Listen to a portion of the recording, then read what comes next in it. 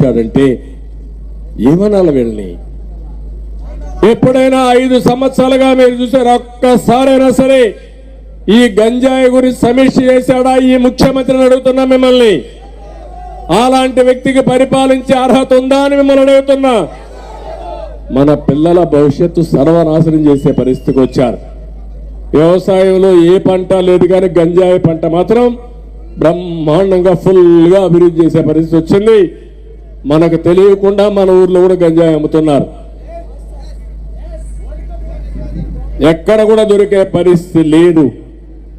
ఇంకో పక్క మీరందరూ ఒకటే గుర్తుపెట్టుకోవాలి, మద్యపాన నిషేధం చేస్తారని చెప్పాడా లేదా? మద్యపాన నిషేధం చేసిన తర్వాతనే ఓటు అడుగుతానని చెప్పాడా లేదా? మద్యపాన నిషేధం చేయకపోతే మీ ఓటు అడగని చెప్పిన మాట వాస్తవనా కాదా? ఇప్పుడు ఎట్లా వస్తాడు మీ దగ్గరికి? అడగాలి కదా మనం.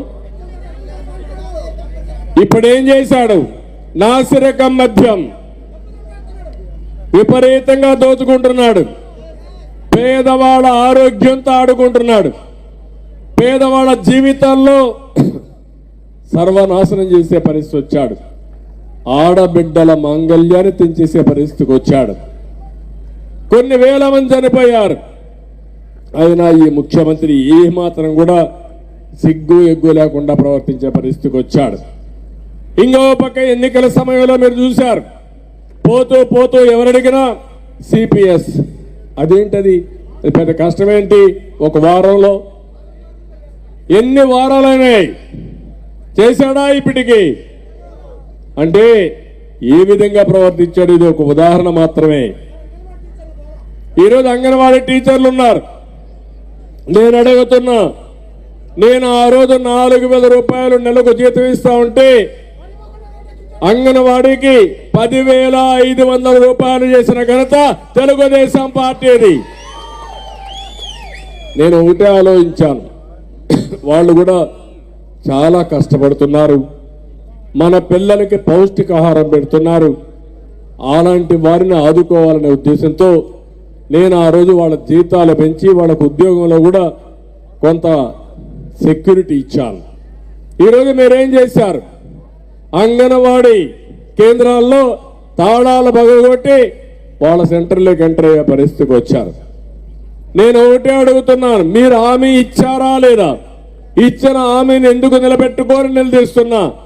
మళ్ళీ అంగన్వాడీకి హామీ ఇస్తున్నా, తెలుగుదేశం వస్తానే మీ యొక్క న్యాయమైన కోరికలన్నీ పరిష్కారం చేసే బాధ్యత తెలుగుదేశం పార్టీ తీసుకుంటామని కూడా నేను మీకు తెలియజేస్తున్నా. మా తమ్ముడు చెప్తున్నాడు, ఆడిస్తున్నాడు ఆంధ్రాని. ఆడుదాం కాదు, ఆడిస్తున్నాడు. ఏమాట? వికృతమైన క్రీడలు. ఆ వికృతమైన క్రీడలు గంజాయి చేయడం, కొట్టుకోవడం, కోడి కత్తి డ్రామాలు ఆడడం, ఇలాంటివన్నీ తమ్ముళ్ళు. ఎవరైనా ఇంత భయంకరమైన పరిస్థితులు రాష్ట్రంలో ఉంటే ఇప్పుడు 3 నెలల్లో ఎన్నికలు పెట్టుకుని ఆడుదాం ఆంధ్ర అంట. ఏవాడతావు నువ్వు? ఆడుతున్నారు, మీ పార్టీలో అందరూ ఆడుతున్నారు. ఇప్పుడు ఎక్కడికక్కడ అందరూ ఆడే పరిస్థితికి వచ్చారు. ఈ విషయం గుర్తుపెట్టుకోవాలి. ఇంకో పక్క మీరందరూ చూస్తే ఆ రోజు ఉచితంగా ఇసుక ఇచ్చాం. ఎవరికి కావాలంటే ఆ ఊర్లో ఇసుక తీసుకెళ్లారు. ఆ విధంగా ఫ్రీగా ఇళ్లు కట్టుకున్నారు, భవన నిర్మాణం జరిగింది, కన్స్ట్రక్షన్ బాగా జరిగింది, ఉపాధి వచ్చింది, అన్ని జరిగాయి. ఆ రోజు కావాలని విమర్శించినారు. ఈ విషయంలో కూడా ప్రజలందరూ గుర్తుపెట్టుకోవాలి. దొంగే దొంగ దొంగ అని అరిసి తప్పించుకోవాలని ప్రయత్నం చేసినట్టు ఆ రోజు ఇసుకలో అన్యాయం జరిగిందని చెప్పి ఈరోజు ఆ ఇసుక కూడా అమ్ముకుంటున్నామంటే ఏమనాలని అడుగుతున్నా. ఒక ట్రాక్టర్ ఆ రోజు ఊరికే చేసే పరిస్థితి నుంచి 5-6 వేలు అమ్ముతున్నాడు. ఈరోజు వేరే రాష్ట్రాలకు పంపిస్తున్నాడు. బినామీలు పెట్టుకున్నారు. దగ్గర 40,000 కోట్ల రూపాయలు ఒక ఇసుకలోనే దోపిడీ చేసే పరిస్థితి వచ్చారు. రాష్ట్రం అంతా అన్యాక్రాంతం అయిపోయే పరిస్థితి వచ్చింది. ఇంకో పక్క అమరావతి మన రాజధాని,